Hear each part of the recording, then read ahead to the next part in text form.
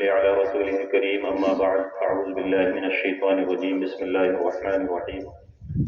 ہر قسم کی تعریف اور بڑائی صرف اللہ کے لیے ہے جس نے ہماری زندگی میں خوشی کا موقع دیا۔ ہم سب جانتے ہیں کہ 26 جنوری کا جو تہوار ہے یہ ہمارا قومی تہوار ہے، کوئی مذہبی تہوار نہیں ہے۔ مسلمان کے تو 2 خوشی کے دن ہوتے ہیں، عید اور بقرعید کے دن، لیکن یہ ہمارا قومی تہوار ہے جس کو ہندو، مسلم، سکھ، عیسائی سب مل کے مناتے ہیں، کیونکہ آزادی ہمارا حق ہے۔ اور یہ بڑی جدوجہد تقریباً 250 سال کی غلامی کے بعد، قربانیوں کے بعد یہ آزادی ہمیں ملی۔ اتنی آسان نہیں ہے جتنی ہم سوچ رہے ہیں۔ تو ضروری ہے کہ اپنے بزرگوں کو، اپنے جوانوں کو، اپنے شہیدوں کو ہم یاد کریں، اور جو دستور، جو قانون بنایا گیا ہے اس کی ہم حفاظت کریں، اس کی کوشش کرتے رہیں۔ جب تک آپ کے پاس علم نہیں ہے آپ دنیا میں کچھ نہیں کر سکتے، یہ یاد رکھیں۔ علم کا ہونا بہت ضروری ہے، اللہ تعالیٰ بھی یہ بات بہت اچھی طرح جانتے ہیں، اسی لیے اللہ پاک نے سب سے پہلے قرآن میں علم سیکھنے کا حکم نازل فرمایا، اقرأ باسم ربک الذی خلق۔ اگر اللہ تعالیٰ چاہتے تو ایمان کے بارے میں بات کرتے، نماز کے بارے میں بات کرتے، یا روزہ، زکوٰۃ کے بارے میں بات کرتے، نہیں، یہ ساری چیزیں ضروری ہیں، لیکن سب سے پہلے علم ضروری ہے۔ بے علم نہ کوا خدا را شناس۔ اگر آپ کے پاس علم نہیں ہے تو آپ اللہ کو بھی نہیں پہچان پائیں، کیوں بغیر علم کا چلنے والا لکیر کا فقیر ہوتا ہے، اس کو کوئی جیسے بہکا دیتا وہ بہک جاتا ہے، اس کے پاس اپنی کوئی رائے نہیں۔ اس لیے بہت ضروری ہے کہ ہمارا ہر بچہ علم سے آشنا ہو، اس کو نالج ہونی چاہیے، نہ صرف دینی علم بلکہ دنیاوی علم بھی ہونا چاہیے۔ کیوں ہم پیچھے رہیں؟ ایک بچہ مدرسے میں 10-12 سال کی زندگی گزار رہا ہے تعلیم کے لیے، پڑھنے کے لیے، لیکن اگر بینک میں جا رہا ہے فارم بھرنا نہیں آ رہا اس کو، تو وہ ان پڑھ ہے، جاہل ہے لوگوں کی نظر میں۔ کتنے رونے کی بات ہے کہ جس بچے نے 10-12 سال پڑھائی کے لیے دیے اور وہ سرکار اور لوگوں کی نظر میں ان پڑھ ہے، کمال کی بات ہے۔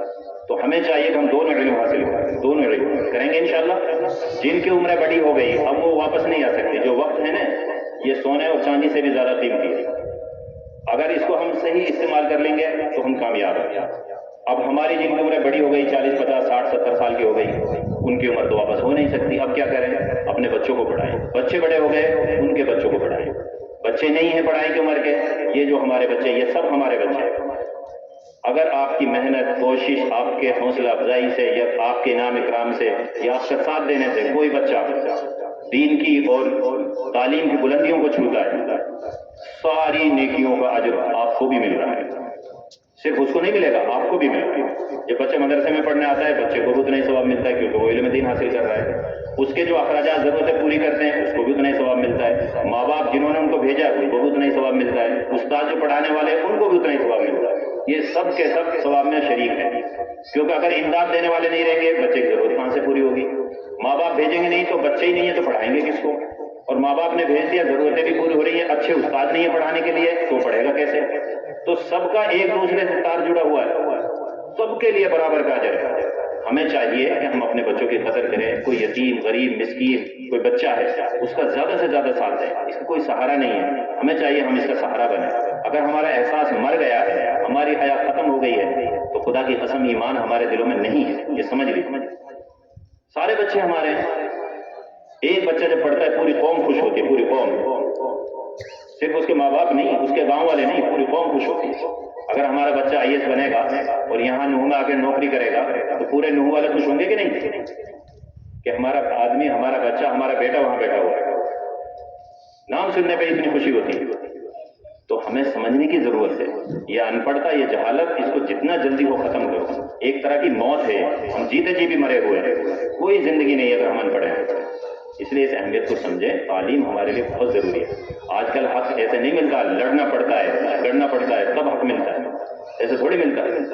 یہ پاگل اور دیوانے نہیں ہیں مولانا ارشد صاحب مدنی صاحب، مولانا محمود مدنی صاحب، جو ہزاروں لاکھوں کی تعداد میں رام لیلا میدان میں لوگوں کو جمع کر رہے ہیں، اتنا خرچہ کر رہے ہیں کروڑوں روپے کا، یہ پاگل نہیں ہے، یہ سب جانتے ہیں۔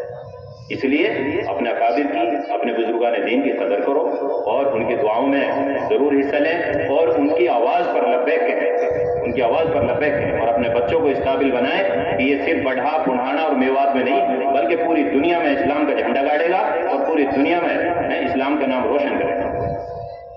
اس قابل بنائے بچوں کو۔ ابھی ایک بچہ تقریر کر رہا تھا، وہ کیا کہہ رہا تھا کہ وطن کی محبت ہمارے نبی نے ہمیں سکھائی ہے، ان کھڑے ہو کے پیشاب کرنے والوں سے ہم سیکھیں گے کہ وطن کی محبت کیا ہوتی ہے۔ ہم سے زیادہ پیار کون کرتا ہے وطن سے؟ جتنا پیار ہم کرتے ہیں اپنے وطن سے۔ تو اس کو باہر لانے کی ضرورت ہے، لوگوں کو بتانے کی ضرورت بھائی بھی اپنے بھائی سے حق لے لیتا ہے اور ہم سے کہہ رہے ہیں کہ نکل جاؤ یہاں سے، اتنی آسانی سے نکل جائیں گے؟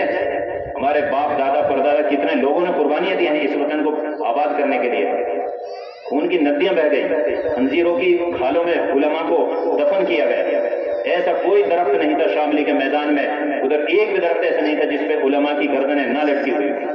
یہ تاریخ مٹا دی ہم نے کیونکہ ہم کتابوں کو نہیں پڑھتے، موبائل کے لیے ٹائم ہے ہمارے پاس، کتابوں کے لیے ٹائم نہیں ہے۔ تو مختصر یہ ہے کہ اپنے وقت کی قدر کریں گے بھائی انشاءاللہ، اپنے بچوں کو طریقہ تعلیم دیں، کوئی بھی بچہ لڑکا ہو یا لڑکی وہ تعلیم سے محروم نہیں رہنا چاہیے۔ ہم چاہتے ہیں کہ ایک ساتھ نہ پڑھیں لڑکے اور لڑکی، لڑکیوں کے لیے الگ نظام بناؤ، لڑکوں کے لیے الگ نظام بناؤ۔ یہ کیا مطلب ہوا کہ تعلیم سے محروم کر دو؟ تعلیم سے محروم نہیں کرنا، بچوں کو الگ بناؤ، مکس مت پڑھاؤ، الگ الگ پڑھاؤ۔ یہاں سارا مسلمان کا علاقہ ہے، یہاں کون منع کرتا ہے؟ آپ بنائیے اسکول کالج بنائیے لڑکیوں کے لیے، کون منع کرتا ہے؟ اس لیے ضروری ہے کہ ہم بچوں کی تعلیم کی فکر کریں، جو رکاوٹ آ رہی ہیں تعلیم میں ان کو دور کریں، تعلیم سے بچوں کو نہ روکیں۔ اللہ پاک عمل کی توفیق عطا فرمائے۔ دعا کرتے ہیں۔